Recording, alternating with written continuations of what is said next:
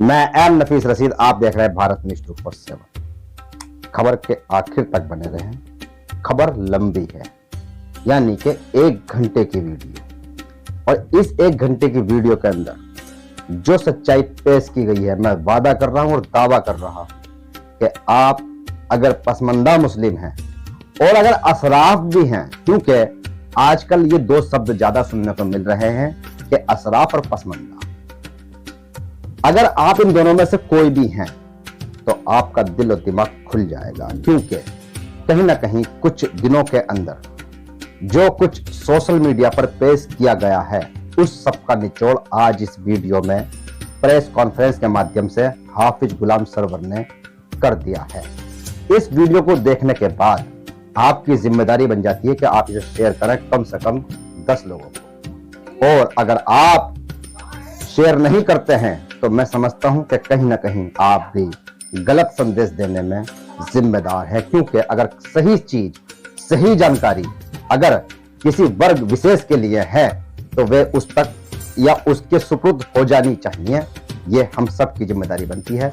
Bharat news 24/7 पर दिखाने का मकसद इस 1 घंटे के प्रोग्राम को यही है कि ज्यादा से ज्यादा लोग जान जाएं कि पसमंदाओं की जरूरतें क्या हैं, और साथ ही साथ किस तरह मुस्लिमों के अंदर भेदभाव और गलतफहमियों का शिकार किया गया है जात बिरादरी के नाम पर। और इसी के साथ जो लोग अपनी पर्सनल चीजों को इस्लाम से जोड़कर बताने की कोशिश करते हैं और अपनी गलतियों को छुपाने की कोशिश करते हैं इस्लाम की आड़ में, आज उनका भी पर्दाफाश हो रहा है और वो भी जान लेंगे कि वो कितनी बड़ी गलती पर थे। इसी के साथ मैं अपील करता हूं, अगर आप फेसबुक पर देख रहे हैं तो हमारे फेसबुक पेज को फॉलो करें, लाइक करें। साथ ही साथ अगर आप यूट्यूब पर देख रहे हैं तो भारत न्यूज 24/7 को सब्सक्राइब करें, बेल आइकन जरूर दबाएं और ध्यानपूर्वक कमेंट्स करके ये बताएं कि आपको ये प्रोग्राम कैसा लगा। आप सभी लोगों को मालूम है, मैं हाफिज गुलाम सरवर, राष्ट्रीय प्रवक्ता ऑल इंडिया यूनाइटेड मुस्लिम मोर्चा। जो लोग हमको सुनते देखते आए हैं उनको ये तो पता ही है कि मैं पिछले कई सालों से लगातार मुसलमानों का एक सेक्शन है जिसको SC कहते हैं संविधान की भाषा में, उनके कानूनी हक की लड़ाई लड़ते आए हैं, जिसे अनुच्छेद 341 कहते हैं, जिसमें मजहबी कैद था, उसके खिलाफ लड़ाई मैं लड़ता चला आया हूं। मेरी एक शनाख्त ये है, चूंकि लगातार 10 से 12 साल मुस्तकिल हो चुके हैं दिल्ली के जंतर मंतर, राजघाट, रामलीला मैदान और ऐसी कोई जगह, मंडी हाउस, जो किसी को छोड़ा नहीं, जहां हम लोगों ने धरना, प्रदर्शन, घेराव और मेमोरेंडम और अखबारी बयान ये लगातार जारी रहा। इसलिए पहचान हमारी यही है। बहुत सारी बातें हैं, लेकिन एक अहम बात यह है कि पिछले दिनों मैंने एक बयान नेशनल दस्तक नाम के यूट्यूब चैनल पर दिया। बयान के फौरन बाद कुछ लोगों को मेरे बयान पर एतराज हुआ, लेकिन बयान पर एतराज इंसान का हक है, बयान पर एतराज करने का सबको हक है, डेमोक्रेसी में भी। और मैं जिस मजहब का मानने वाला हूं, यानी कि इस्लाम में भी इतनी डेमोक्रेसी और आजादी है कि आप अगर राय से इत्तेफाक नहीं रखते हैं तो आप अपनी बात रख सकते हैं। लेकिन अगर मेरी राय से आप इत्तेफाक नहीं रखते हैं तो आप अपनी राय रख सकते हैं, लेकिन जब मसला कुरान और हदीस का हो तो यहां राय की कोई जगह नहीं बनती है। न मेरी राय न आपकी राय। कुरान के सामने कोई ये कहे कि इसमें मेरी राय ये है, ये कहीं से भी काबिल कबूल नहीं। कुरान जो कहना चाहता है, कुरान की जो जुबान है, जो मुफस्सिरीन ने समझाए हैं, बताए हैं, वही काबिल कबूल है। इसके बाद उसमें कयास अगर कोई लगाने लगे कि ऐसा हो सकता है और ऐसा नहीं है, वो सरासर या तो वो तजावुज कर रहा है या फिर उसका अपना कोई एजेंडा है। तो सबसे पहले शंभू कुमार के सामने जो बयान हमने दिया उसमें यह सवाल था, जिसको आप लोग चलाएंगे, थोड़ा सा वो क्रेडिट लेकर जो चलाते हैं, तो वो बयान ये था, सवाल ये था कि क्या इस मुसलमानों में बिरादरी होती है। मैंने ये कहा था बरजस्ता कि आप मुसलमान की बात करते हैं, बिरादरी तो कुरान में बिरादरी का जिक्र है, यानी इस्लाम में भी बिरादरी है। यहीं से बात शुरू हुई। मैंने जो कहा वो पहले सुना। मैं इस्लाम नहीं कह रहा हूं, भारतीय मुसलमानों में भी जातियां हैं और इसलिए आपको ओबीसी रिजर्वेशन है। अब मैं नई बात करूं, तमाम आपके चैनल को बहुत लोग देखते हैं। चूंकि मैं अभी पिछले दिनों गांव गया था तो एक व्यक्ति जूते की दुकान से भागता हुआ आया, मुसलमान। सरवर भाई सलाम अलैकुम वरहमतुल्लाह। अभी शंभू जी के इस पर आपको मैंने देखा, आपको याद होगा जंतर मंतर पर एक इंटरव्यू। मतलब ये कि मेरे गांव तक सुदूर भारत के कोने कोने में लोग सुनते हैं। तो मैं एक नई बात कह रहा हूं, अब मुसलमानों के लिए नई बात। जो भी ये कहता है कि इस्लाम में जाति नहीं, पहले मैं इस्लाम से आ रहा हूं, आप इस्लाम नहीं बोल रहे हैं, मैं कह रहा हूं मुसलमान है। मेरा कोई अध्ययन नहीं है। नहीं, आप नहीं कह रहे, अच्छा है। मैं कह रहा हूं जो लोग ये कहते हैं कि इस्लाम में जाति नहीं है, शब्द समझिए, वो लोग इस्लाम को या तो पढ़े नहीं है या जानबूझकर इस्लाम की गलत व्याख्या पेश कर रहे हैं, गलत तशरीह पेश कर रहे हैं। वजअलनाकुम शुऊबन व कबाइला लितआरफू इन्ना अक्रमकुम इंदल्लाहि अतकाकुम। ये आयत मैं इसलिए पढ़ा हूं कि जिस चैनल का आपने नाम लिया ना, मिल्लत टाइम्स, वो भी इस आयत को पढ़ रहा था अपने उस एपिसोड में। इसका है क्या मतलब? इसका मायने है, कुरान कह रहा है कि शोबा और कबीला यानी जातियां, सीधा रूपांतर कर रहा हूं हिंदी में, वो हमने बनाया है, लेकिन ये केवल पहचान के लिए, लितारफू, ये छोटा और बड़ा, छूत और अछूत और आगे और पीछे के लिए हमने नहीं बनाया। कौन कह रहा? कुरान यानी इस्लाम कह रहा। और बड़ा अगर कोई होगा तो वो अपने कर्मों से होगा, वो अपने कैरेक्टर से होगा। वो अब रोकता हूं, एक बात तो वाजे हो गई कि हमने जो कहा है वो ये कहा है कि कुरान में बिरादरी का जिक्र है, और कोई भी मौलाना अगर ये कहे सिरे से कि इस्लाम या कुरान में बिरादरी है ही नहीं, तो वो झूठा और मक्कार है। ये मैंने कहा और अभी फिर दोहरा रहा हूं, कुरान में बिरादरी है, लेकिन बिरादरी की बुनियाद पर कोई छोटा बड़ा नहीं। यही मैंने बयान दिया, आपने सुन लिया। अब कुरान ये किताब है तफहीमुल कुरान, ठीक है, तफहीमुल कुरान सूरह हुजरात आपके सामने निकालता हूं, और उर्दू दांत जो भी होंगे वो उर्दू अगर पढ़ते हैं तो वो पढ़ेंगे, उनको इजाजत है करीब से। बाकी आपके सामईन के लिए जो है ये वो आयत है, या अय्युहन्नासु इन्ना खलकनाकुम मिन ज़करिन व उन्सा वजअलनाकुम शुऊबन व क़बाइला लितआरफू इन्न अक्रमकुम इंदल्लाहि अत्क़ाकुम इन्नल्लाहा अलीमुल खबीर। ये पूरी मुकम्मल एक आयत है। मैंने वजअलनाकुम शुऊबन व क़बाइला का वहां जिक्र किया। शोबा सेक्शन को कहते हैं। आज के दौर में सेक्शन क्या है ऑटोमेटिकली समझने वाले सब समझते हैं, लेकिन जो तर्जमा यहां है, इस तर्जमे में साफ ये आप देख लेंगे, कौमें और बिरादरियां। ये मैंने तर्जमा नहीं किया, नाउज़ बिल्लाह सुम्मा नाउज़ बिल्लाह, वक्त के मुजद्दिद ने यह तर्जमा किया, और इसमें साफ लफ्जों में कौमें और बिरादरियां तर्जमा है। और उस वक्त के मुजद्दिदों में हजरत मौलाना सैयद अबुल आला मौदूदी का भी नाम शुमार किया जाता है। मैं मसलक पर बिल्कुल एतबार नहीं करता हूं, और एक बात साफ कर दूं कि मैं किसी मसलक को अपना मसलक नहीं मानता। मैं सिर्फ मुसलमान हूं। कुरान और सुन्नत जो हमारे आका ने खुतबे हुज्जतुल विदा के मौके पर ऐलानिया कहा, वही हमारा आइडियल है। हां, उसको समझने के लिए उन दानिश्वरों को उस्ताद मानना, रहबर मानना, लीडर मानना, आलिम मानना जरूरी है, या फिर पीर मानना। यह मानना इसलिए है कि वो बातें जो सहाबा इकराम से ताबईन ने समझी, ताबईन से तबा ताबईन ने समझी, वो जो सिलसिला दर सिलसिला वो तमाम जो तरीके हम तक पहुंचे हैं, उन पहुंचाने वालों को हम फरामोश नहीं कर सकते हैं।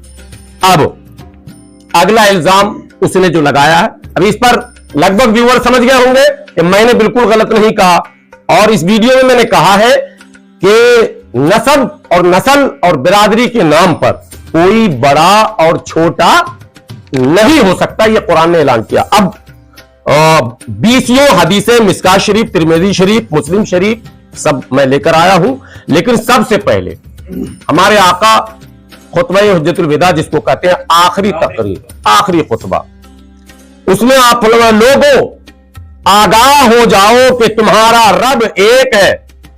या अय्युहन्नासों से जो अभी शुरू किया आयत की तर्जमानी है ये, लोगों आगाह हो जाओ तुम्हारा रब एक है, तुम्हारा बाप भी एक, बस किसी अरबी को अजमी पर, मैं सुनाऊंगा वीडियो में मैंने ये बातें कही है, किसी अरबी को अजमी पर, किसी अजमी को अरबी पर, किसी गोरे को काले पर, किसी काले को गोरे पर, जो बातें मैंने उस इंटरव्यू में कही है, कोई फजीलत नहीं सिवाय तकवा के। बिलाशुबा हर मुसलमान दूसरे मुसलमान का भाई है और तमाम मुसलमान आपस में बराबर हैं। बात क्लियर कंसेप्ट हो गया, इसमें कहीं कोई दो राय नहीं। मैंने उसके आगे जो बातें की है इंटरव्यू में, पहले उसकी सफाई दूं, फिर जो इल्जामात लगे हैं उस पर 2 मिनट बोल दूंगा।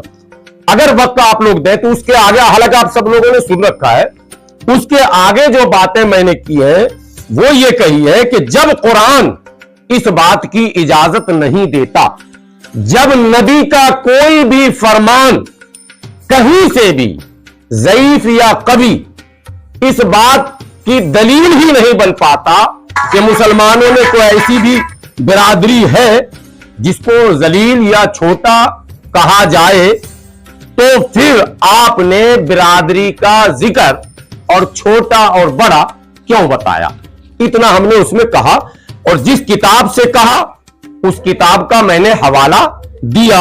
आज फिर दोहरा देता हूं आपके सामने, एक किताबें होती तो कोई बात नहीं, किताबें बहुत है, मैं बहुत कुछ नहीं कह रहा हूं। उलमा हजरात से गुजारिश है कि दोबारा छेड़ेंगे नहीं, कुतुब खाने से किताब निकाल कर आपके मुंह के सामने लाकर रख दूंगा। लेकिन मैं इतनी बात कह देता हूं कि हिदाया एक किताब है जो दर्स में शामिल है। हिदाया में किताबुन निकाह, जिसमें कुफू का जिक्र है, उसमें बाज़ाब्ता बिरादरी को कैटेगराइज किया गया है।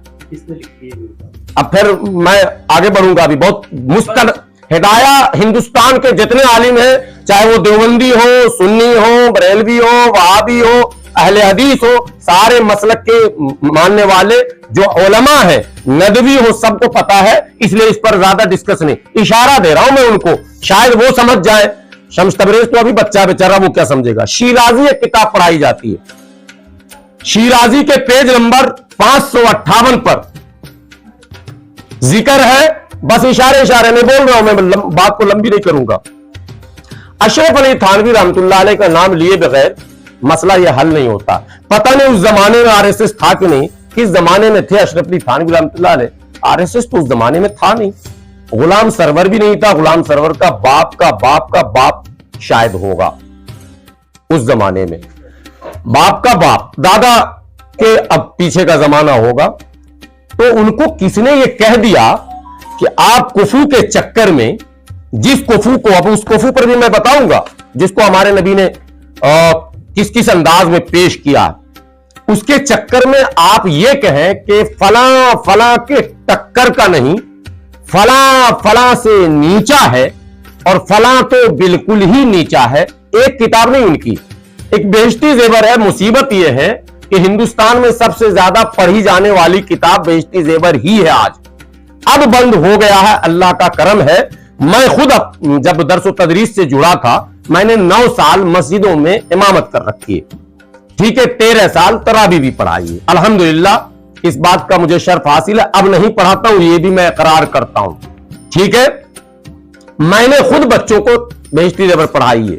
बिहार के पुराने लोग, आपके अगर व्यूवर्स होंगे, बेहश्ती जेवर शादी में और जहेज में दिया जाता था अपनी लड़कियों को रुखसत करते वक्त। वो किताब अशरफ अली थानवी रहमतुल्लाह अलैह की एक किताब है इस्लाह रुसूम, ठीक है, उसमें भी उन्होंने जिक्र किया है, और एक और 2-3 किताबें हैं उसमें भी उन्होंने जिक्र किया है। बहरहाल अशरफ अली थानवी रहमतुल्लाह अलैह ने जितनी किताबें कुफू पर लिखी हैं वो सब मेरी निगाह में इस्लाम की नजर से, जो इस्लाम का नजरिया औरों के जरिए पहुंचा है, मैं तो बहुत ज्यादा पढ़ा नहीं, औरों के जरिए पहुंचा है, उससे यह लगता है। चंद हदीसें पढ़ता हूं, वो उलमा जिनको मेरे उस बयान पर एतराज होगा, वो पहले हदीस कुरान तो मैंने पढ़ के सुना दिया, और वो भी सुना दिया आपको जो खुतबा हुज्जतुल विदा पे हमारे आका ने फरमाया। मिशकात की हदीस है, अल्लाह ने जाहिलियत के गुरूर और आबा व अजदाद पर फख्र को मिटा दिया है। अल्लाह ने जाहिलियत के गुरूर और आबा व अजदाद पर फख्र को मिटा दिया है। अब कोई शख्स या तो पाकबाज मोमिन होगा या बदबख्त और गुनहगार मोमिन होगा। पाठ समझ गए? इन्ना अक्रमकुम इंदल्लाहि अत्काकुम, या तो मुत्तकी होगा और नहीं तो वो बदकार गुनाहगार। बात समझ रहे कि नहीं? दो ही तरह के मोमिन होंगे, तीसरे नहीं हो सकते। ये मिशकात शरीफ की हदीस मैं पढ़ रहा हूं। अल्लाह ने जाहिलियत के गुरूर और आबा व अजदाद पर जो फख्र लोग करते हैं, मैं इस खानदान का हूं, इस बिरादरी का, इस कबीला का हूं, उसको मिटा दिया। और अब कोई शख्स या तो पाकबाज मोमिन होगा या फिर बदबख्त और गुनाहगार होगा। दूसरी हदीस, जिस शख्स को उसका अमल पीछे हटा दे उसको उसका नसब कभी आगे नहीं बढ़ा सकता। यह तिरमिजी की हदीस है। चौथी हदीस, हसब व नसब पर फख्र करना जाहिलियत की बातों में से है। मुस्लिम शरीफ की हदीस। मुसलमानों की इज्जत उसका तकवा और उसका दीन ही है, उससे हसब व नसब का कोई ताल्लुक नहीं है। तिरमिजी शरीफ की हदीस। तुम्हारे इन अनसाब में, नसब की बात कर रहा हूं, में से किसी पर तान, हमारे कुछ साथी कभी मजाक में करते हैं आपस में, तान नहीं हो सकता। तुम में से हर एक दूसरे से इस तरह बराबर है जिस तरह एक भरा हुआ पानी का गिलास, अगर 2 गिलास है बराबर तो बराबर है, भरे हुए गिलास के बराबर है।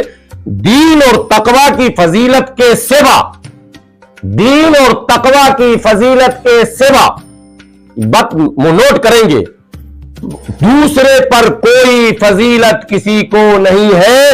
ये मसनद अहमद बहकी। मैं अपनी तरफ से कुछ भी नहीं पेश करूंगा आज, ये वो सफाई। अब मैं बात को मुख्तसर इसलिए कर रहा हूं कि सब समझदार है माशाअल्लाह, इतनी बात से तो समझ ही जाएंगे। तो कुरान में जो हम पर एतराज किया गया शम्स तबरेज कासमी मद्दजिल्लहुल आली की तरफ से कि ये कुरान की गलत तशरीह पेश कर रहे हैं, तो मैं आप लोगों के सामने कुरान रखकर खोलकर लफ्ज व बिरादरी लिखा हुआ बता दिया हूं। इस पर भी कुछ अंधभक्तों को, मौलवी के चमचों को या मुल्ला वाले इस्लाम मानने वाले को, मैं अल्लाह वाला इस्लाम मानता हूं, मुल्ला वाला इस्लाम नहीं, अगर उनको इसके बाद भी न समझ में आए तो कुरान में सुम्मुम बुकमुम उम्यून भी है। इस पर मैं उससे आगे बहस नहीं करूंगा, लेकिन मुझे लगता है वकुल जाअल हक व ज़हक़ल बातिल की तरह कुरान जब सामने आ जाए तो अब इसमें चूं चेरा की गुंजाइश नहीं होनी चाहिए। मैं समझता हूं शायद ये बात पहुंच गई। आप तो मानते हैं ना? हमने शंभू को यही तो कहा। नहीं, मतलब इस पर आपका अकीदा तो है ना, तर्जुमे पर। मेरा इतना मुकम्मल अकीदा है कि मैं गैर मुस्लिमों के बीच भी कह रहा हूं कि हमारे यहां बिरादरी की बुनियाद पर किसी को छोटा बड़ा नहीं किया गया। जो हमने नेशनल दस्तक पर इंटरव्यू दिया उसको मैं सुना रहा हूं, फिर आप लोग सुनते रहेंगे। मैं एक लफ्ज उसमें कहीं से भी आगे पीछे नहीं हूं, मैं कायम हूं। भेदभाव नहीं है। आपने कहा इस्लाम में भेदभाव है, इस्लाम में है भेदभाव, आपने कहा इस्लाम में भेदभाव कहां पर नहीं है। दिखाइए वीडियो? आपने कहा, कहां इसमें?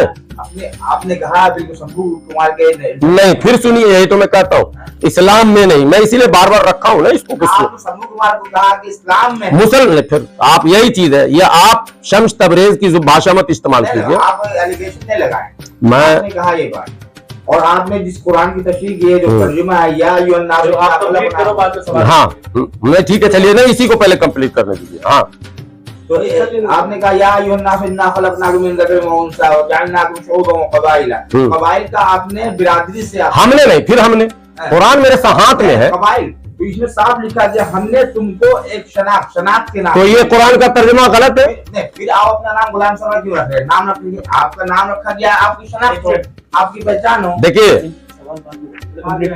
नहीं, इसको क्लियर होना चाहिए। बहुत है मन में, फिर कोई मतलब ये कंप्लीट हो जाएगा ना, आप अपनी बात रखिए। पहले इसी को कंप्लीट कीजिए ना। सूरह हुजरात में जो मैंने अभी आयत पढ़ी आपके सामने, एक मिनट, कोई बात नहीं है। सूरह फतह, ये लीजिए, मैं फिर दिखा रहा हूं। कौमें और बिरादरियां जूम करके दिखाइए, और हाथ में यहां रख रहा हूं। ये देखिए, कौमें और बिरादरियां, ठीक है। तर्जुमा कुछ भी लिख लेंगे, इससे क्या होगा? लाहौल वला कुव्वत। कबाइल, आप मोबाइल पर देख रहे हैं। कबाइल का मतलब है कबाइल हैं? बात समझ रहे हैं? मैं जो दिखा रहा हूं, आप इंटरनेट मत निकालिए। इंटरनेट पर जिहाद पर बात हुआ, मैं बता रहा, अच्छी बात आपने छेड़ दी। शम्स तबरेज जब वीडियो बना रहा था तो मेरी एक तस्वीर लगा रहा था, कान पकड़कर उठा बैठी वाला। अच्छा आपने मोबाइल निकाल लिया। तो दरअसल इंडिया टीवी में जिहाद के ऊपर एक डिबेट हो रहा था।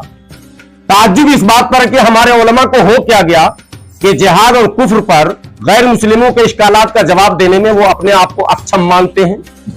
मेरे जैसा जाहिल, बेवकूफ, नादान, कम पढ़ा लिखा भी इंडिया टीवी, जो कि माना जाना चैनल है, उस पर जिहाद पर भिड़ंत मेरी हुई, और 4 पैनलिस्टों में उसमें MIM के प्रदेश अध्यक्ष मेरे बराबर में बैठे हुए कलीमुल हफीज, और चारों पैनलिस्टों को मैंने ललकारा जो संघ के थे।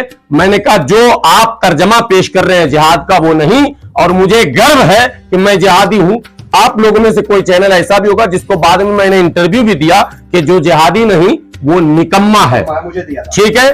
तो मैं तब से बोल रहा हूं, और मैं तब वो बजीद हो गया। उसने कहा आप जज नहीं है। मैंने कहा तो आप भी जज नहीं है, और अगर आप जबरन थोपेंगे गलत मायने तो हम आपके चैनल में नहीं आएंगे। ये लीजिए, कान पकड़ता हूं, मैं नहीं आता हूं।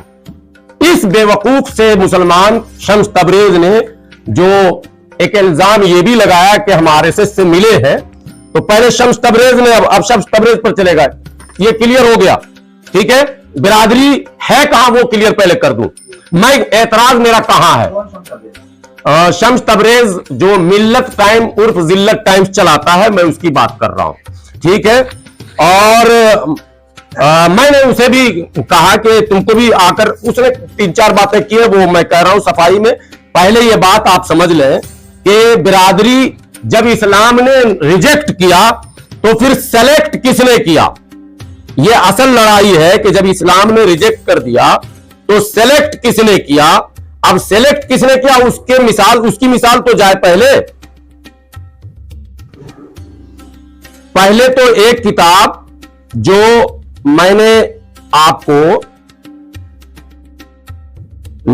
जो उसमें हवाला दिया हूं शंभू कुमार में, वो है बेहिश्ती जेवर। 4थे बाब में लिखा है, उस पर मैं पहले भी बयान दे चुका हूं। अब कुछ किताबें आप लोगों के नजर है, जरा सा ये देखिए। कुफू के चक्कर में बिरादरीवाद को बढ़ावा देने वाली किताबें, फतावा जहांदारी, हुस्सामुल हरमैन उर्दू। ये कौन सी किताब है? मैं ये लीजिए, हजरत मुहद्दिसे कबीर फकीह जलील अबुल मासिर हजरत मौलाना हबीबुर रहमान आजमी साहब ने, जो कि बिरादरी से अंसारी थे, उन्होंने ऑपरेशन इस किताब में किया है। किनका? अशरफ अली थानवी के उस कुफू के सभी किताब का। इसको पढ़ना बहुत जरूरी है, तब गुलाम सरवर से बात शायद आप करेंगे। मैं सारी किताबें इसलिए बता रहा हूं कि पब्लिक, एक माला बुद्धो मिनो फारसी में पढ़ाई जाती है, कहां गए पढ़े हुए मदरसे के लोग हैं। माला बुद्धो मिन्हो में भी इन्होंने बिरादरी को बांटा और छोटा और बड़ा का कंसेप्ट पेश कर दिया जो गैर शरई है। इस्लाम बार बार इस बात को कहता है, कुफू एक अलग चीज है, एक अलग चैप्टर है, लेकिन इस्लाम बार बार कहता है कि तुम में कोई छोटा बड़ा नहीं है, तुम में कोई हसब नसब की बुनियाद पर फख्र और गुरूर न करे, वरना वो जहन्नमी है, ठीक है। तो फिर आप कुफू की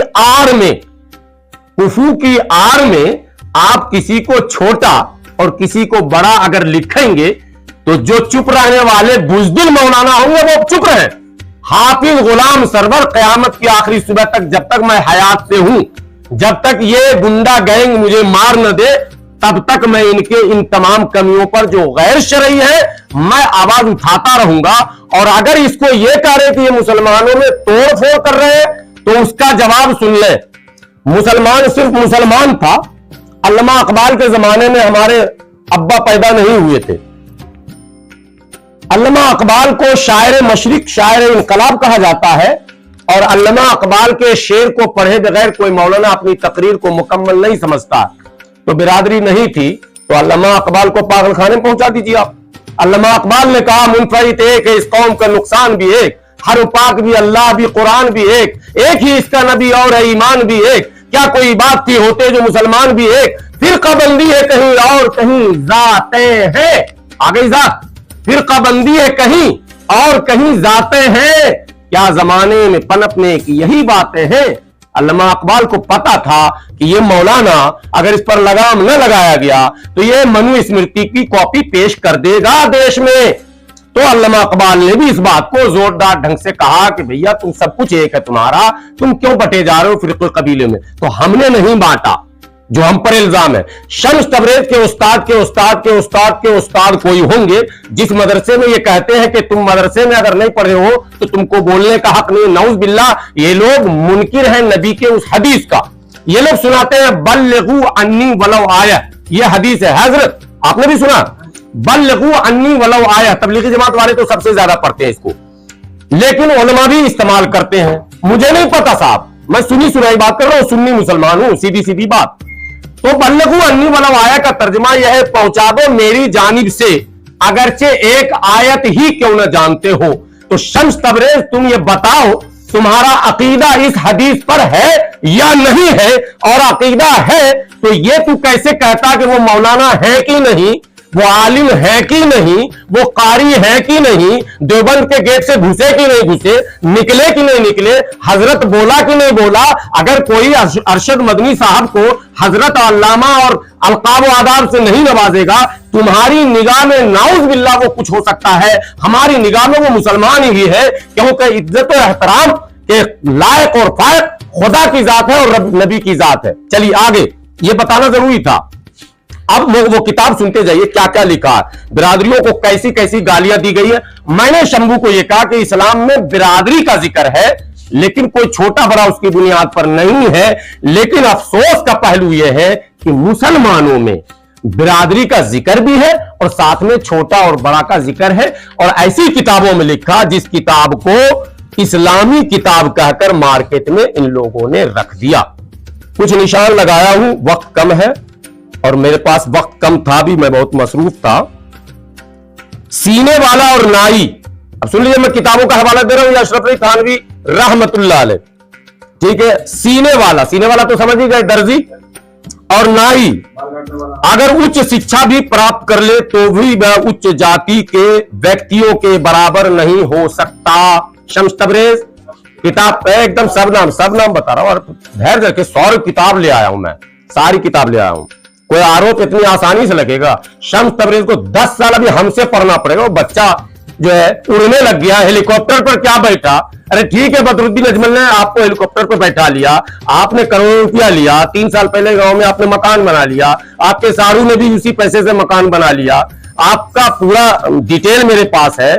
अफसोस की बात तो यह है शम्स तबरेज, तुम जब मेरे ऊपर कुछ बोलना चाह रहे थे तो डिटेल गूगल में मेरा मामला है, हाफिज गुलाम सरवर गूगल कर लेते। पता नहीं कहां से तुमने लिया, मैं समस्तीपुर का, उसने कहा हाफिज गुलाम सरवर को मैं खूब जानता हूं, वो समस्तीपुर के, मैं बेगूसराय के मुजफ्फरा गांव का हूं।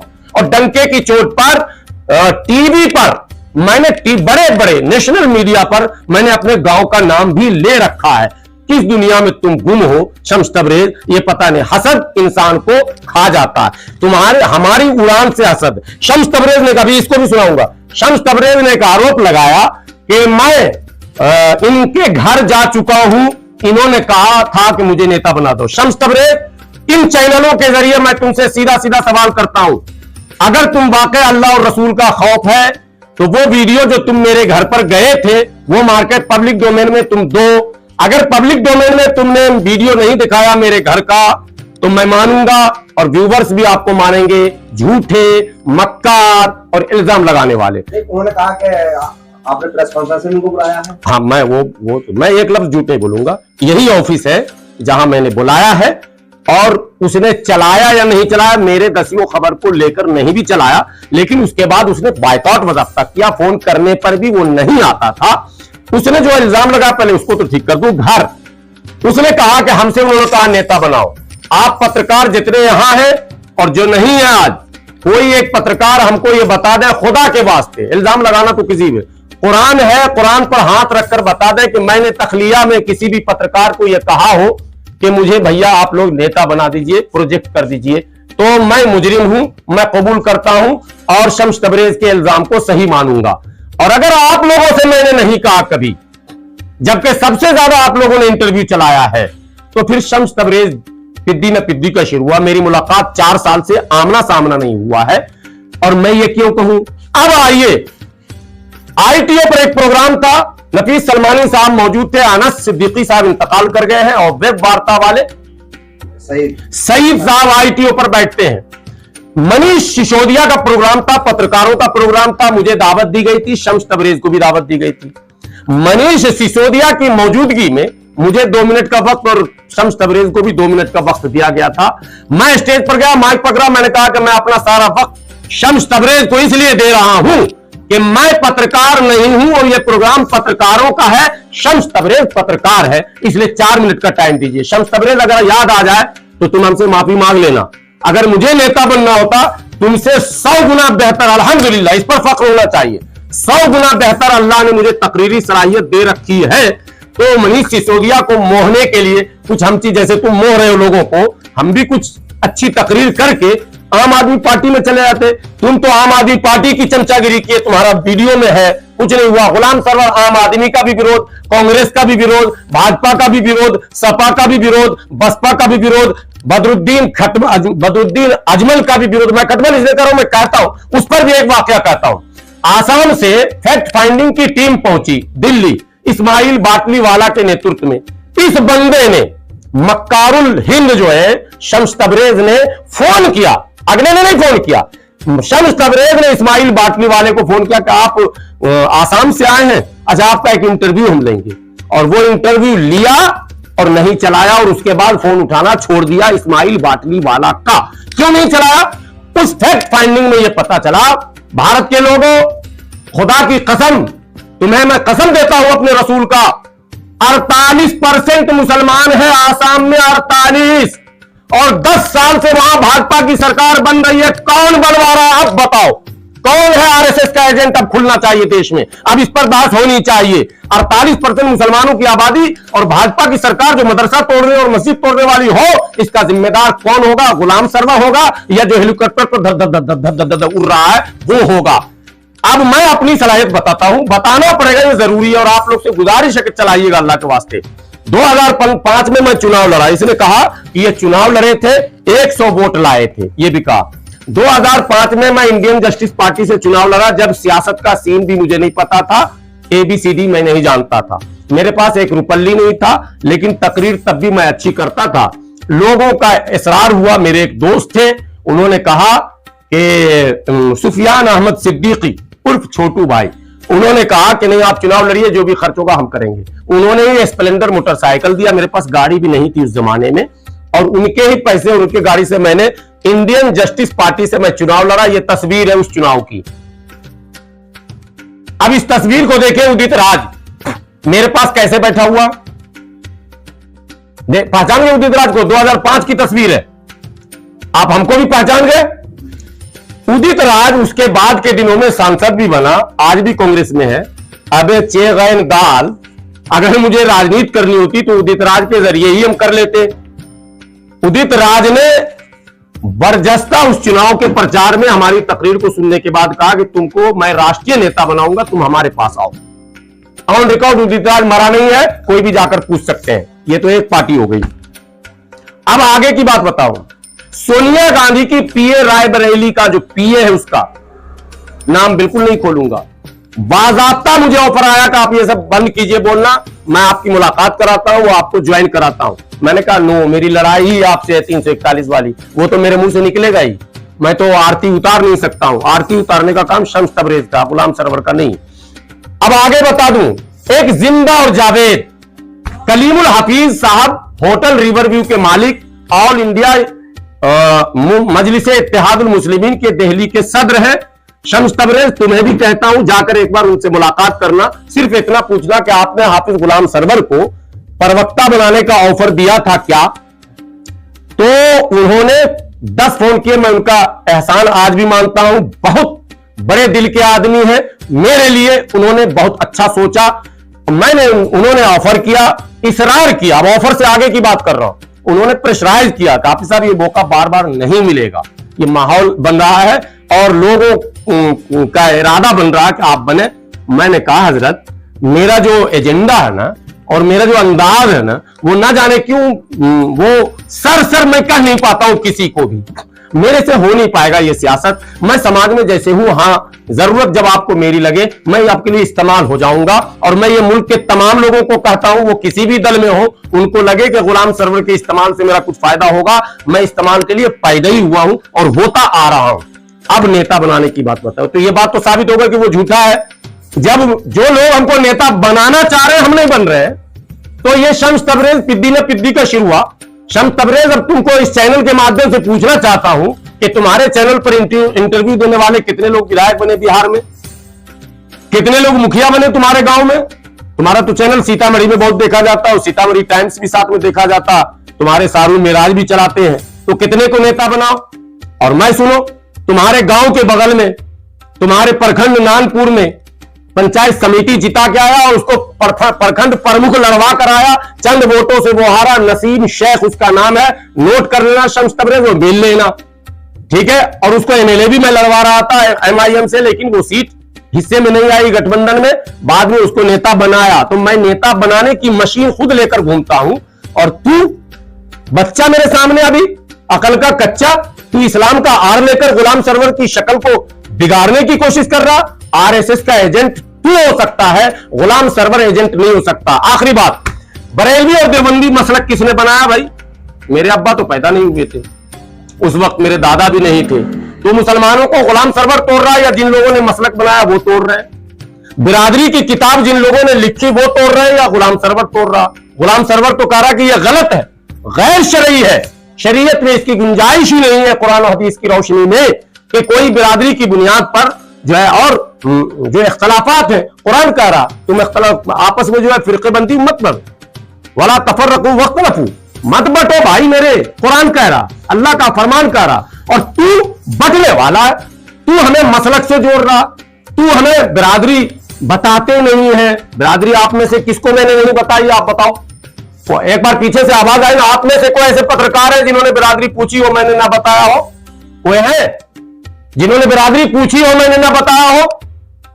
फिर तेरी तरह अब तू सुन मेरी बात, मैं सैयद हूं, मैंने दुनिया से शादी की, तू शेख है, तेरा बाप भी शेख है, तेरा दादा भी शेख है, तेरा चच्चा भी शेख है, तेरा बहनोई भी शेख है, तेरा ससुराल भी शेख है, तू बिरादरी वाद का पोषक है, तू एक भी कदम अब तक न इधर गया न उधर गया, इसलिए तू इस्लाम को 100% अमल नहीं करता है, तू कट्टर है। तेरा सारा हिस्ट्री में निकाले हूं कि तू अंसारियों के साथ क्या व्यवहार करता, मंसूरियों के साथ क्या करता है, एक एक गांव की खबर ले चुका हूं। अगर दोबारा तुमने ये जलील हरकत की शम्स तबरेज, तो गांव में तेरे जाकर उन तमाम बिरादरियों को खड़ा करके सच्चाई लोगों के बीच लाऊंगा, और तू उलझ कर मेरे ही चक्कर में आ जाएगा। मैं तो वक्फ हूं फी सबीलिल्लाह, तू वक्फ नहीं है, तुझे अभी और मकान बनाने हैं। मैंने एक चैनल में खड़े होकर कहा, टाइम्स नाउ ऑफ भारत में, कि मेरा न दिल्ली में मकान है न गांव में मकान है, जो भी एजेंसियां चाहे मैंने जांच करना है। शम्स तबरेज तूने जांच क्यों नहीं किया? अगर आप पैसा बोलता कव्वाली तो आप लोगों ने सुना होगा। वो मकान पे मकान बनाया जा रहा, कार से घूम रहा, एसी से हेलीकॉप्टर से घूम रहा, गुलाम सरवर मोटरसाइकिल से घूम रहा, किराए के मकान में दिल्ली में रह रहा, गांव में मकान नाम की कोई चीज ही नहीं मेरे पास है। जो बाप दादा का वो खपरेल था वो गिर गया, आज तक उसको उठा ना सके। तो हम आरएसएस के एजेंट हैं, हमको तो मौलाना भागवत भेजता। और जो मौलाना कह रहे हैं मेरे तो बड़े अच्छे ताल्लुकात हैं, माशाअल्लाह मेरे ताल्लुकात संघ के बड़े बड़े वो अच्छे लोग हैं, ला हौल वला कुव्वत, जिसको पूरी दुनिया का मुसलमान, शैतान, मुसलमानों का दुश्मन और गंदा प्रोपेगेंडा करने वाला, यहूदियों का हमसाया और यहूदियों का हम ख्याल जिसको मानता है, उस तंजीम को कोई कितना बड़ा आलिम क्यों ना हो, अगर वो उसे बेहतर और दोस्त और अच्छा कहेगा, मैं उस आलिम को आलिम ही नहीं मानूंगा, मुसलमानों में सबसे बड़ा मुसलमानों का दुश्मन मानूंगा। शम्स तबरेज़, तू उनको अपना आका मान, मैं नहीं मानता तो नहीं मानता। हजरत मौलाना अरशद मदनी साहब का वीडियो है, सुन लीजिए, जिसमें उन्होंने कहा कि हमारे अच्छे ताल्लुकात हैं, वो अच्छे लोग हैं, दोनों बात कही, ताल्लुकात तक तो बात चल जाती, मगर उन्होंने ये भी कहा कि वो अच्छे लोग हैं। अगर वो अच्छे लोग हैं तो फिर खराब कौन है? फिर तो मुसलमान ही खराब है। क्या मजबूरी क्या होगी? अब फिर मैं तो अब पब्लिक के लिए बात कर रहा हूं, इसकी क्या मजबूरी थी? इसका झगड़ा लड़की के चक्कर में शंभू से अगर है, सिगरेट दारू का झगड़ा है, तो इसमें इस्लाम क्यों घुसेटा इसने? और कुरान की गलत तशरीह इसने क्यों कर दी? इसने पूरे तर्जमे क्यों नहीं पढ़े? तफसीर इब्ने कसीर क्यों नहीं पढ़ा? एक ही तफसीर सिर्फ अशरफ अली थानवी का ही लेकर क्यों बैठ गए? आप और भी बातें हैं। अब मुख्तसरन ये कि मैंने आखिरी बात जो कही कि जनाब बिरादरियां हैं, वो तमाम किताबें हैं। विरासत एक किताब है जिसके पेज नंबर 149 पर, और ये सब लेखक ये 1925 में लिखे गए थे। कि क्या तुक है, 1925 में आरएसएस बनती है, 1925 में ही ये किताबें भी लिखी गई, जिसमें ये लिखा गया है कि सीने वाला नाई अगर उच्च शिक्षा भी प्राप्त कर ले तो भी उच्च जाति के व्यक्तियों के बराबर नहीं हो सकता। इसी तरह मौलाना सैयद हशमत अली साहब, अब मसलक बदल गया, हशमत अली साहब जो है वो अहले सुन्नत मसलक के आलिम हैं, उन्होंने भी एक किताब लिखी है। अपनी किताब में यहां तक कहते हैं कि जुलाहा जाति का एक सदस्य भले ही वह विद्वान, दयालु और धनवान क्यों न हो, उसे सैयद की लड़की से शादी करने का अधिकार नहीं है। जबकि हमारे आका हुजूर नबी पाक सल्लल्लाहु अलैहि वसल्लम ने अपनी 3 साहबजादियों की शादी गैर हाशिमी में की है। तो ये खिलाफे पैगंबर कसे रगदीस के हरगिज बमंजिल नकाहत रसीद शेख सादी अब याद आते हैं। तो ये जो फितना है, मैं उस लायक नहीं कि इन तमाम बड़े उलमा का मुकाबला करूं, लेकिन अल्लाह का हुक्म है, नबी का फरमान है कि तुमको जो कुछ भी पता है वो तो बता ही दो। तो मैंने ज़िम्नन बताया इस्लाह के लिए। ये किताब का नाम बता दीजिए जो आप दोनों का। तनकीद बराए तज़हीक एक होता है, उर्दू लफ्ज अब इस्तेमाल कर रहा हूं, तनकीद बराए इस्लाह और तनकीद बराए तज़हीक। मैंने जो तनकीद की थी वो तनकीद बराए इस्लाह, इसने जो तनकीद हम पर किया वो तनकीद बराए तज़हीक। ठीक है, किताब का हवाला दे दीजिए। मैं सारी किताब का नाम इसमें आना जरूरी है। निहायतुल अरब फी गायातुन नसब, हजरत अशरफ अली थानवी। ठीक है, लिखते हैं पहले ही एडिशन में मुफ्ती शफी साहब अहमद उस्मानी का, उसमें वो है जमीमा, क्या बोलते हैं जमीमा, उर्दू में मेरा कमजोर है, जमीमा शामिल किया, जिसकी तायीद मुफ्ती साहब के साथ मौलाना थानवी ने भी की थी। इक्तिबास मुलाहिजा हो, वो जो लिखते हैं ना उसको क्या बोलते हैं, एडिट किताब के आगे एक लाइन जो प्रीफेस जिसको अंग्रेजी में बोलते हैं, वो लिखा है मुफ्ती शफी साहब ने, बहुत मशहूर नॉन फेस है ये। लिखते हैं उमूर शरिया मिन जुमला, उमूर शरिया मिन जुमला मतलब तमाम उमूर जो शरीयत के हैं मिला, मिन जुमला दिगर उमूर के ये भी है कि रजील अकवाम से खलत मलत बिल्कुल न रखे। सुनिए, ये आखिरी बोलकर मैं अब विदा होऊंगा, आप सवाल आप करेंगे।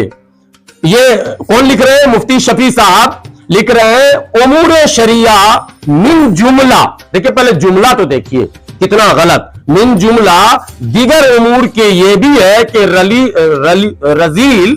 रजील अकवाम से खलत मलत बिल्कुल न रखे, क्योंकि उनकी रिजालत का असर जरूर वाक़े होगा। व नीज दिगर अकवाम रजीला से मामलात खरीद व फरोख्त व उमूर दीनिया तहकीक मसाइल वगैरह से मुतल्लिक ताल्लुक न रखें, क्योंकि ये जुमला उमूर अलामत क़यामत में से है। आखिर जमाने में अक़वाम शरीफा पस्ती में होगी, अक़वाम शरीफा यानी शुरफा अशराफ पस्ती में होगी और अक़वाम रजीला को तरक्की होगी। यहां तक तो बात यह लग रही थी कि राज है, रजील हो सकता हम उन नीच काम करने वालों को जो चोरी डकैती इस तरह का कर, लेकिन नहीं, आगे खोल दिया उन्होंने। अब देखा जाता है कि जुलाहों, तेलियों, कसाईयों, नाइयों, धोबियों, भटियारों, लोहारों, दर्जियों, सोनारों और बिसातियों और कलालों, और इसमें राजपूत को भी शामिल कर लिया यार, राजपूत को तो कम से कम दूसरे दर्जे में रहने देता। सोनारों, राजपूतों वगैरह वगैरह को तरक्की वगैरह वगैरह की तरक्की हो रही है।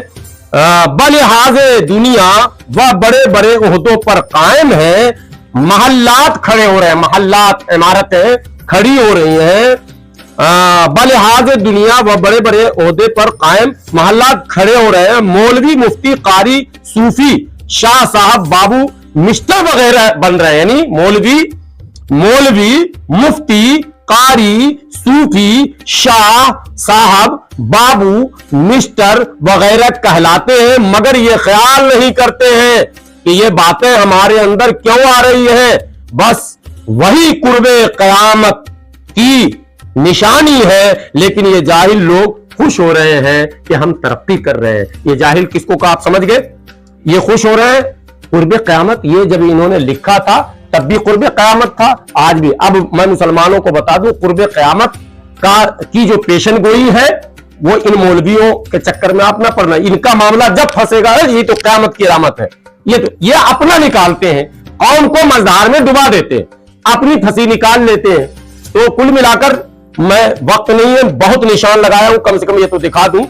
14 ऐसी किताबों को मैं लाया था, 1.5-2 घंटे का ये मसला पड़ेगा, जिसमें इन्होंने रजील, घटिया, कमीना, मैंने किसी काम का नहीं, बेवकूफ, ऐसे लफ्जों का इस्तेमाल किया है।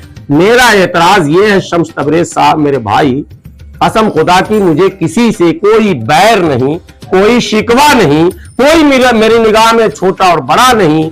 मैं तो कहता हूं कि वह जब अल्लाह ने कह दिया कि हमने एक मर्द और औरत से सबको पैदा किया और बिरादरी और कबीले की बुनियाद पर भी कोई बड़ा छोटा नहीं होगा, सब बराबर होगा, तो मेरे भाई ये जो किताबें जिन लोगों ने भी लिखी है उनका सामूहिक बहिष्कार कब करोगे? कब इस पर वीडियो तुम बनाओगे? कब एक शो इस पर बनाओगे और पब्लिक को कब बताओगे? क्या मैं गुलाम सरवर नहीं तोड़ रहा है, गुलाम सरवर इन लोगों की हड्डी तोड़ना चाहता है। ये इस्लाम में गलत चीज जो फैलाना चाहते हैं उसकी कमर तोड़ना चाहता है, उसकी हिम्मत तोड़ना चाहता है, उसकी जुर्रत तोड़ना चाहता है कि कोई भी नबी के फरमान से आगे अपने आप को ना समझे, कोई भी कुरान की आयत को क्रॉस करने की कोशिश जुर्रत ना करे, वरना उससे खुला जंग का ऐलान कुरान करता है। इसलिए गुलाम सरवर भी करता है। गुलाम सरवर बिरादरीवाद का कायल नहीं, और मैंने खुले मन से इस बिरादरीवाद को अपने पांव के नीचे कुचल दिया, चूंकि हमारे आका ने भी अपने पांव के नीचे कुचल दिया। मैं किसी भी सैयद को, शेख को, पठान को बड़ा नहीं कहता, और किसी भी अंसारी, मंसूरी, राय, नालाखोर, चमेला, जोजा, नट, बक्को, डफाली, घोसी, गद्दी, मीरासी, मिर्शिकार, तेली, धोबी, नाई, शक्कार, अंग्रेज, मैं किसी को छोटा नहीं मानता। मैं सबको इंसान और बराबर का इंसान और मुसलमान मानता हूं। कलमे की बुनियाद पर सब आपस में भाई भाई है, सबका एक दूसरे पर हक है। लेकिन उससे पहले अल्लाह ने कहा तुम एक आदम की औलाद हो। उस आयत से साफ जाहिर हुआ कि इंसान चाहे कोई मजहब, कोई धर्म का हो, चाहे वो किसी भी बिरादरी का हो, कुरान की उस आयत के रूह से वो भी मेरा भाई ही है, क्योंकि एक आदम का ही औलाद है, एक मर्द और औरत से पैदा किया गया। तो हम वो भी काम करते हैं। इसने ये इल्जाम लगाया कि ये दलितों से मिल गए, ये उस वीडियो में है। तो मैं दलितों से ना मिलूं, ये तुम्हारी राय हम तक पहुंची है। शम्स तबरेज, तुम मनुवादियों से जाकर मिल जाओ, तुम्हें मुबारक हो। मैं मनुवादियों को कभी इस धरती पर चैन से तब तक नहीं रहने दूंगा जब तक मेरे जिस्म में ये पतले वाले, तुम्हारी तरह मोटा नहीं हूं हराम का खाकर, तो मैं ना जिस्म में खून का एक एक कतरा रहेगा, तब तक मैं लड़ता रहूंगा। और ये छोटे मोटे से मैं डरता नहीं। चूंकि इस्लाम का सहारा तुम नहीं लेते तो मैं अलग प्लेटफॉर्म का इस्तेमाल करता, तुमने इस्लाम का सहारा लिए, इसलिए मुझे वो सब कुछ करना पड़ा। आज बस इतना ही। अगर मेरी बात से किसी की दिल आजारी होती हो शम्स तबरेज, तो मैं बहैसियत मुसलमान माफी मांगता हूं। मेरा मकसद किसी के दिल को दुखाना नहीं है। मेरा मकसद जो समाज में हकीकत है उसका आईना दिखाना है। आईना देखेंगे तो चेहरा सामने आएगा। अगर दाग मेरे जिस्म पर है तो हम उनके चक्कर में ना पड़े, पहले अपने चेहरे के दाग को हम मिटाएं। वल्लाह यही मेरा मकसद था, यही है, और जब तक हयात से रहूंगा यही मेरा मकसद रहेगा। शुक्रिया। अब आप लोग को सवाल कर सकते हैं। लड़ाई जो हुई वो लड़की और शराब के चक्कर में हुई, ये क्या है? देखिए, जो खबरें हम तक पहुंची हैं वो ये है कि एक रिपोर्टर कोई ऐसी थी जो तेज तर्राक और अच्छी थी, और उस रिपोर्टर वो शंभू कुमार के लिए काम करती थी। इन लोग चाहते थे कि वो मेरे लिए काम करे, और उस दरमियान वो रिपोर्टर गायब भी मार्केट से है। और इत्तेफाक की बात है कि मैंने फोन किया, वो मेरा भी इंटरव्यू कई बार ले चुकी है वो लड़की, वो मेरा भी फोन रिसीव नहीं कर सकी। बहरहाल अब फोन करूंगा भी नहीं, क्योंकि मैं जान गया कि इसके पीछे बड़ा खेल है। तो इन लोगों का झगड़ा वहां से शुरू हुआ। उसमें तबरेज ने यह इल्जाम लगाया कि शंभू कुमार मुसलमानों में जातिवाद फैला रहे हैं। ये बात आई, तबरेज ने एक वीडियो बनाया शंभू पर।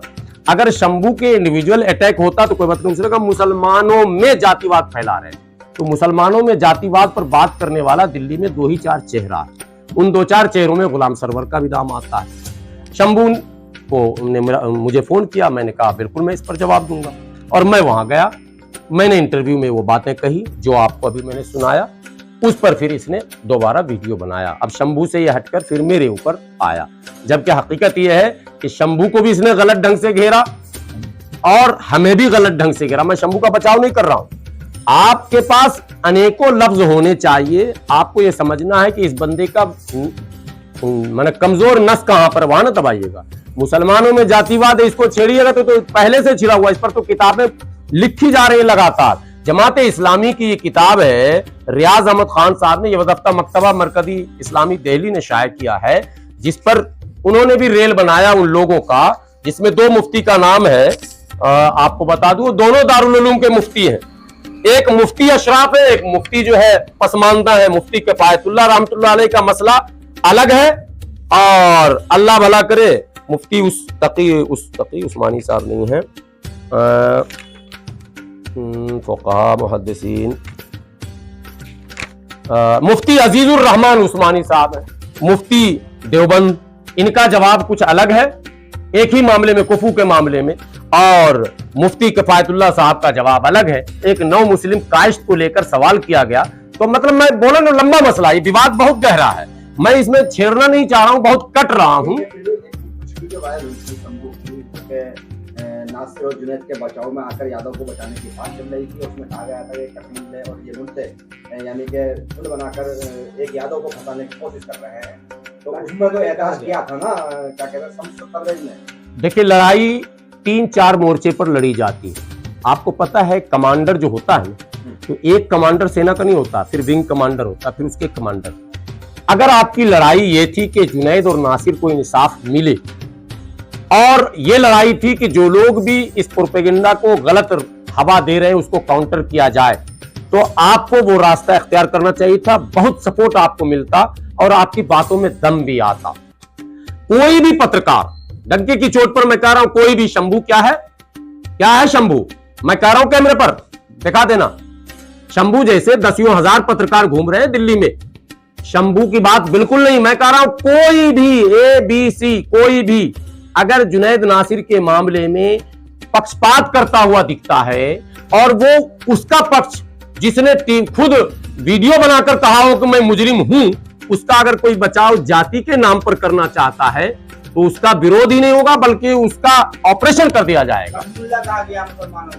मैं क्या कह रहा हूं, जितनी भी बातें कही गई आपने उसमें बिरादरी का जो जिक्र लाया, मेरी लड़ाई बिरादरी की है कि आप मुसलमानों से झूठ क्यों बोलते हैं कि बिरादरी का कोई कंसेप्ट ही नहीं है।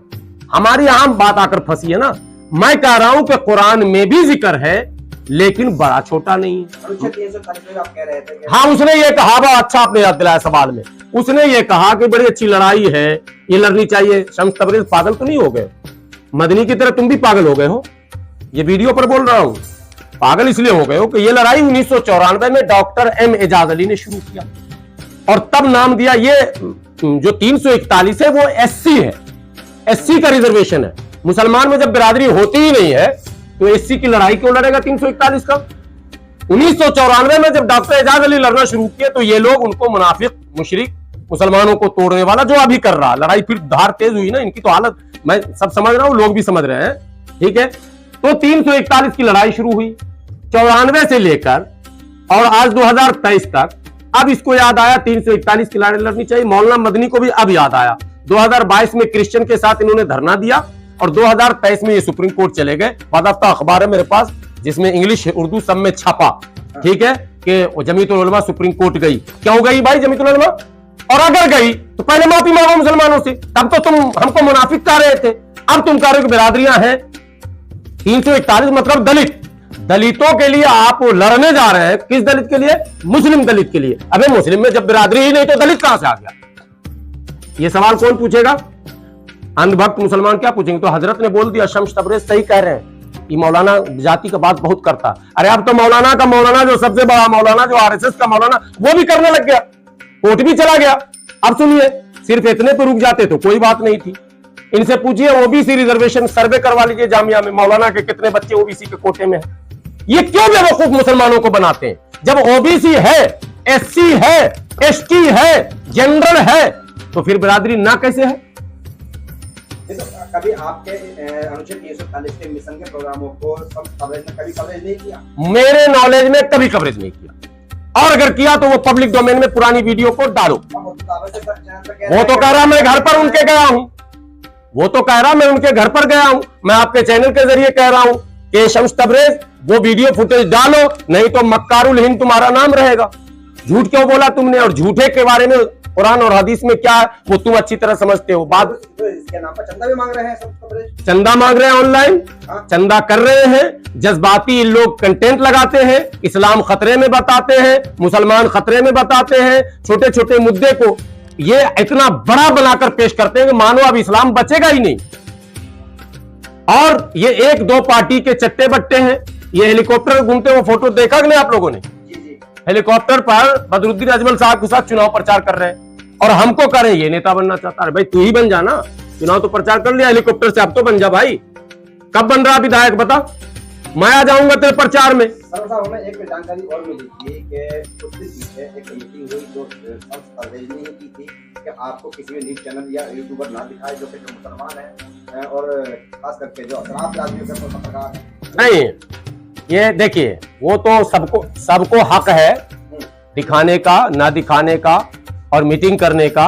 ये जब तक दुनिया में जिंदगी है ये चलता ही रहेगा। ये सियासी हथकंडा है, इसका मजहब से कोई ताल्लुक नहीं। वीडियो देख लिया, हाफिज गुलाम सरवर ने अपनी ओर से वो हरचंद कोशिश की है इस 1 घंटे के प्रोग्राम में जो गुलाम सरवर की जिम्मेदारी थी।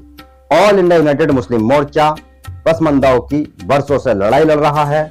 डॉक्टर एजाज अली साहब वे हाफिज गुलाम सरवर और हजारों की संख्या में दिल्ली और दिल्ली के बाहर जो पसमंदा बिरादरी से जुड़े लोग हैं वो वर्षों से जो मेहनत कर रहे हैं, उस मेहनत को पलीता लगाने की कौन लोग कोशिश कर रहे हैं, ये वीडियो के अंदर आपने अच्छी तरह से देख लिया। इस प्रेस कॉन्फ्रेंस का मकसद शायद गुलाम सरवर का यही रहा होगा कि वे साबित कर दें और दिखा दें, या उन लोगों को आईना दिखा दें जो कहीं ना कहीं धर्म का, राजनीति का सहारा लेकर एक दूसरे में फाड़ करने की कोशिश कर रहे हैं और अपने गुनाहों पर पर्दा डालने की कोशिश कर रहे हैं। किस तरह से दबे शब्दों में नहीं, खुले शब्दों से और खुले मंचों से लड़ाइयां लड़ी जाती हैं और नाम बदनाम इस्लाम का किया जाता है। इस वीडियो को आप ज्यादा से ज्यादा शेयर कर दें और कमेंट्स बॉक्स में बताएं कि आपको यह प्रोग्राम कैसा लगा। मैं एम नफीस रशीद, आप देख रहे थे भारत न्यूज़ 247।